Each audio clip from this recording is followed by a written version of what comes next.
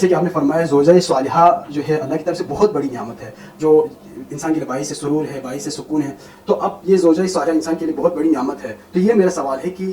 اب یہ کچھ میں نے اپنے ہی معاشرے کے اندر کچھ ایسے افراد کو بھی کہتے ہوئے سنا ہے کہ جو کہتے ہیں کہ شادی کی ضرورت نہیں ہے، ایسے ہی زندگی گزارنی چاہیے، خواہ مخواہ اپنے آپ کو شادی کے اندر پھنسانے کی ضرورت نہیں ہے. تو کچھ اس طرح کے بھی افراد کچھ سوچتے ہیں. تو کیا آپ ہمیں یہ بات واضح کریں کہ شادی کرنا چاہیے یا نہیں کرنا چاہیے، یا پھر وہ جو شادی کرتے ہیں اور جو شادی نہیں کرتے ہیں ان اللہ ان کے درمیان کوئی فضیلت یا کوئی فوقیت ایک دوسرے پہ ان اللہ اگر ہو تو وہ اگر واضح کر سکے تاکہ یہ ہمارے لیے باعث رحمہ. جی بہت بہت شکریہ. اس میں جو بنیادی چیز ہے مقدمتاً میں یہی کہوں گا کہ جو لوگ سمجھتے ہیں کہ ہم جو ہے کیا کرنا ہے شادی کر کے، خواہ مخواہ میں بہت ساری ذمہ داریاں آ جائے گی، پھنس جاؤں گا، یہ ہوگا وہ ہوگا. اصل میں وہ ان کی نظر میں فقط یہ دنیا ہے. اصل میں وہ اس بات سے جو ہے ناواقف ہے کہ وہ اس دنیا میں چند دنوں کے لیے آئے ہیں. اصل جو جگہ ہے وہ تو منازل آخرت ہے، وہ تو آگے ابھی ہم ہے. تو اگر ہم شادی نہیں کریں گے، مجرد رہیں گے، مثلا عازب رہیں گے، تو بہت ساری ایسی چیزیں ہوں گی جو انہیں نہیں ملے گی. ان میں سے سب سے جو بڑی ہے کل جو اس کو پچھتاوا ہوگا وہ ہے اولاد صالح جو دنیا میں انسان چھوڑ جاتے ہیں، اور وہ جب نیک اعمال بجا لائیں گے تو وہ صدقہ جاریہ کے طور پہ اس کو ملتا رہے گا، باقیوں کو ملے گا. لیکن جب اس کی شادی ہی نہیں ہوئی تو اس کو کیا ملنے والا ہے؟ کچھ بھی نہیں ملے گا. جو کچھ اس نے کیا ہے وہی لے کر جائے گا، والسلام. لیکن اگر کسی نے شادی کی، ماشاءاللہ اولاد صالح، کسی کو عالم بنایا، کسی کو ڈاکٹر بنایا، کسی کو ماشاءاللہ خدمت گزار بنایا، کسی کو حج، تو وہ حج پہ جائیں گے، ثواب مل رہا ہوتا ہے. ان کے والدین کو نیت کرنے کی ضرورت، میں نے یہاں تک پڑھا ہے نیت کرنے کی ضرورت نہیں ہے. اولاد نیک کام کرتے جائیں، خود بخود والدین کے نام اعمال پہ جو ہے وہ جو ہے ثواب جو ہے وہ آتا رہتا ہے. صدقہ جاریہ ہے ولد صالح جو ہے. یہ تو مقدمتاً ہے. اس کے علاوہ خود پیغمبر کی حدیث ہے النکاح من سنتی فمن رغب عن سنتی فلیس، یعنی سنت موقدہ ہے، یعنی شادی کسی صورت بندے کو شادی کرنی چاہیے. اور اس فکر کے ساتھ اگر کوئی اس سوچ کے ساتھ شادی نہیں کرتا ہے کہ رزق کا مسئلہ ہوگا، کھانے کا مسئلہ ہوگا، تو یہ چیزیں جو ہے جہالت ہے. چونکہ قرآن نے واضح کہہ دیا ہے، خود معصوم نے فرمایا ہے شادی کے بعد خدا جو ہے رزق میں اضافہ کرتا ہے، خدا مزید جو ہے آپ کے جو ہے رزق میں وسعت ڈالتا ہے. تو آپ ان چیزوں سے پھر جو ہے، اور ان کے علاوہ جو ہے خطرات بھی ہے. خطرات یہ ہے کہ انسان جب شادی نہیں کریں گے تو ظاہر ہے وہ گناہ میں جو ہے پڑھنے کا جو ہے وہ خدشہ ہمیشہ رہتا ہے. کیونکہ شادی اگر ہوئی ہے تو وہ جو ہے نصف ایمان قرار دیا ہے شادی کو. یعنی اگر کوئی شادی کرتا ہے تو وہ جو ہے اس کا جو نصف ایمان جو ہے وہ مکمل. اب ظاہر جن کی شادی نہیں ہوئی ہے تو وہ تو اس کو تو پورا جو ہے ابھی اس کا ایمان جو ہے اس کا جو ہے اس کا بڑی منزلیں اس کو طے کر دی ہیں. لیکن جن کی شادی ہوئی ہے ماشاءاللہ سے، یہی شادی اس کے لیے جو ہے نصف ایمان کی شکل میں. اور یہ کہ احادیث کی روشنی میں رکعتان یصلیھا المتزوج افضل من 70 رکعتا یصلیھا عزب، یعنی 2 رکعت شادی شدہ بندہ 2 رکعت نماز پڑھتا ہے جی، وہ افضل ہے جو بندہ جن کی ابھی شادی نہیں ہوئی ہے ان کے 70 رکعت سے وہ 2 رکعت کیا ہے؟ افضل ہے. اب ظاہر آپ خود بتائیں کتنی نمازیں پڑھتے ہیں ہم دن میں. تو ان تمام جو ثواب ہے، جو ان تمام جو خیر ہے، ان تمام جو امور ہے جو ہے، جو نعمتیں ہیں، ان تمام سے انسان جو ہے محروم رہ جائیں گے اگر شادی نہیں کریں گے. لہٰذا شادی ہر صورت میں انسان کو کرنی چاہیے، یہ ایک نعمت عظمیٰ ہے. باقی جو ہے اس سوچ کے ساتھ اگر کوئی شادی نہیں کرتا ہے کہ میں پھنس جاؤں گا، تو پھنسنے کے امور اور بھی بہت سارے ہیں. سمجھائی بات کہ بہت اور بھی سارے ہیں، نہیں معلوم پھر کہیں جا کے کہیں اور کسی مصیبت میں مبتلا نہ ہو. تو یہ غلط سوچ ہے. بلکہ احادیث کی روشنی میں، قرآن کی روشنی میں جب خدا کہہ رہا ہے کہ پریشان نہ ہونا، رزق میں دوں گا، رزق میں وسعت میں ڈالوں گا، تمہیں پریشانی سے میں نکالوں گا، تم شادی کرو، تم نکاح کرو، یہ سنت رسول. تو ہمیں چاہیے کہ ہم جو ہے شادی سے نہ ڈریں، شادی کریں. انشاءاللہ خداوند متعال جو ہے رزق میں بھی اضافہ فرمائے گا، سکون اور خوشی میں بھی خدا جو ہے اضافہ فرمائے گا. جس طرح سے آپ نے جو ہے واضح کیا کہ خود شادی باعث اضافہ رزق بھی ہے، اور نصف ایمان بھی ہے، اور خوشی و سرور کا باعث بھی ہے. اور پھر جو ہے شادی سے کترانا، شادی سے بھاگنا، یہ خود ایک طرح سے ان تمام فضیلت کے بعد ایک طرح سے بیوقوفی اور حماقت سمجھی جا سکتی ہے کہ آپ شادی سے دور رہیں. تو آپ کے اسی سے جو ہے یہی ہم سمجھ سکتے ہیں شادی یقیناً نہ صرف کرنی چاہیے بلکہ ضرور کرنی چاہیے تاکہ آپ کا ایمان بھی پورا ہو اور آپ کو یہ ساری فضیلتیں حاصل بھی ہو. تو اب شادی اگر ہمیں کرنی ہے تو اس شادی کو کرنے کے لیے بھی کوئی ایسا معیار جس کو ہم اپنے سامنے رکھ کر شادی کریں، کس کو انتخاب کریں، کس کو نہ کریں، اور کس طرح کی شادی ہو، اگر آپ اس کو بھی تھوڑا سا روشن کریں تاکہ ناظرین کو اس حوالے سے. بہت بہت شکریہ شیخ صاحب. اب جس موڑ پر ہم آئے ہیں یہ بہت اہم ترین موڑ ہے. یہاں بندے کو تعامل کی ضرورت ہے، یہاں بندے کو جلد بازی سے کام نہیں لینا،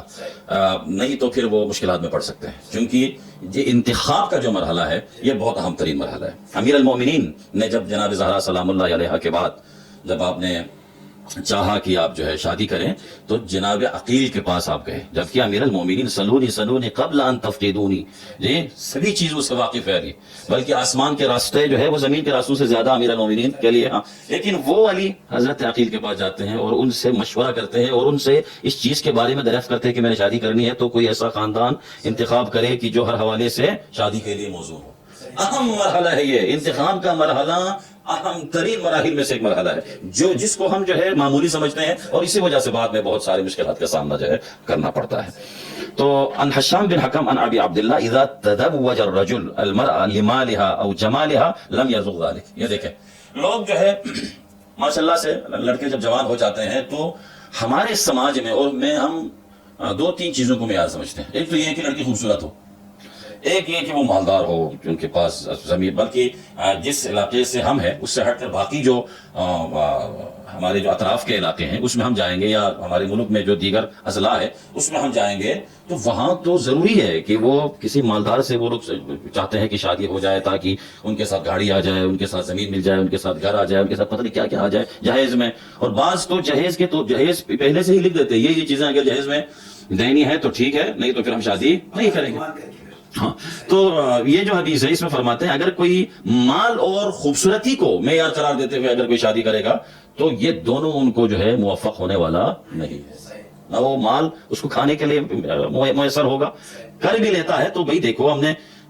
دنیا میں جو ہے کتنے ایسے مواقع ہم نے دیکھے، ہمارے مشاہدے میں ہے، لوگ بڑی مشکل سے امیر ہو جاتے ہیں، لیکن جب امیر ہو جاتے ہیں تو وہ جو ہے وہ مال کھانے سے پہلے ہی، یا کوئی گھر بناتا ہے، ابھی افتتاح ہی نہیں ہوا، گھر بن چکا ہے لیکن بیٹھنے سے پہلے دنیا سے چلا جاتا ہے، یعنی موفق نہیں ہوتا۔ یعنی اسی خوبصورتی اور مال کو دیکھ کر اگر کوئی شادی کرتا ہے تو وہ چیزیں اس کے لیے، یہ حدیث ہے، اسے کبھی بھی موفق نہیں ہوگی۔ ہاں لیکن فَإِن تَزَوَّجَهَا لِدِينِهَا، ہاں یہ معیار ہے، اگر کوئی شادی کرتا ہے دیندار ہے، یہ خاندان دیندار ہے، نمازی ہے، یہ لوگ روزہ جو ہے باقاعدگی سے رکھنے والے ہیں، یہ لوگ خمس و زکوٰۃ کے پابند ہے، یہ لوگ اخلاق میں ماشاءاللہ بلند جو ہے مرحلے پر ہے، یہ لوگ جو ہے گفتار میں، کردار میں، ان کی باتوں میں، ان چیزوں کو اگر معیار قرار دیتے ہیں، رزقہ اللہ جمالہ و مالہ، تو خدا جو ہے اس کو جمال بھی اس کو مل جائے گا، اس کو مال بھی مل جائے گا، یعنی دونوں خدا اس کو کیا کرے گا، موفق کر دے گا۔ لیکن نیت کیا ہونی چاہیے؟ نیت یہ ہونی چاہیے کہ کوئی میں دیندار خاندان سے کیا کروں، شادی کروں، کوئی خاندان، یعنی ضروری ہے انتخاب کرنا ضروری، کیونکہ اسی سے آپ کی نسل چلے گی، انہی کے گود میں جو ہے آپ کی اولاد جو ہے وہ پروان چڑھے گی، انہی کے جو ہے گود میں آپ کی اولاد کی جو ہے تربیت ہوگی، انہی کے ساتھ پھر آپ کی اولاد جو ہے وہ یہ سلسلہ جو ہے پھر خدا کرے انشاءاللہ آگے چلتا رہے گا۔ تو اس کے لیے ظاہر انتخاب کے مرحلے میں بندے کو جلد بازی سے کام نہیں لینا چاہیے، بلکہ کوشش کرنی چاہیے کہ انتخاب میں وہ دیندار، یعنی دیکھیں یہ اس کو بھی چھوڑے، مال کو بھی چھوڑے، اگر خوبصورت نہ ہو اس کو بھی چھوڑے، خوبصورتی جو ہے خدا بند مطالعہ، اگر بدصورت بھی ہے نا، بدصورت بھی ہے، اس عنوان سے آپ شادی کرتے ہیں کہ یہ لوگ دیندار ہے، تو اسی بدصورت کو آپ کو جو ہے باصورت جو ہے خدا جو ہے وہ بنا کر جو ہے، بھائی دیکھیں وہ خدا ہے جو انسان کے قلب میں، انسان کی نظر میں سب کچھ جو ہے ڈالنے والی، ہاں وہ کچھ بھی کر سکتا ہے وہ پروردگار، اسی بدصورت کو جو ہے آپ اسے دیکھیں گے تو وہ آپ کو جو ہے حور نظر آئیں گے، بس آپ دیکھ رہے ہیں تو آپ لوگ کہیں گے کہ یار آپ نے اس کے ساتھ، لیکن آپ کہیں گے یار کیا ہوا، میں تو اسے حور دیکھتا ہوں۔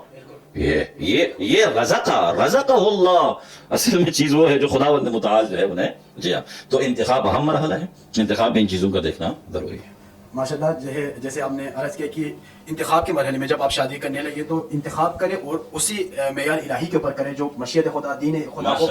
جو مد نظر رکھ کے کریں، تو اسی زمین میں آپ اگر ہم اسی انتخاب کے اوپر جاتے ہیں اور اسی طرح جیسا آپ نے عرض کیا اسی طرح ہم کرنا چاہیں، تو اگر آپ ہمیں ہمارے ناظرین اور ہمارے لیے یہ واضح کریں کہ اب جس سے ہم شادی کریں وہ ہمارا ہم سفر، اس کی کون سی ایسی صفات، کون سے ایسے جو ہے صفات اس کے اندر ہو جس کو ہم مد نظر رکھ کر ان کی طرف ہم اپنا جو ہے رشتہ بڑھائیں یا اس کے ساتھ رشتے میں کوشش، سب سے پہلی جو کوشش ہونی چاہیے دیندار ہونے کے ساتھ ساتھ عالمہ ہو، یعنی اس وقت بطور خاص اس دور میں،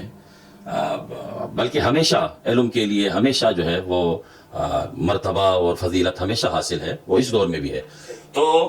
اگر دینی تعلیم یا دنیاوی تعلیم اگر کسی کے پاس ہے تو چاہیے کہ جو ہے ان کو باقیوں پر کیا کرے، مقدم کرے اور ان سے شادی کرنے کی کوشش کرے۔ اس سے یہ ہوگا کہ بہت سارے امور میں آپ کے لیے وہ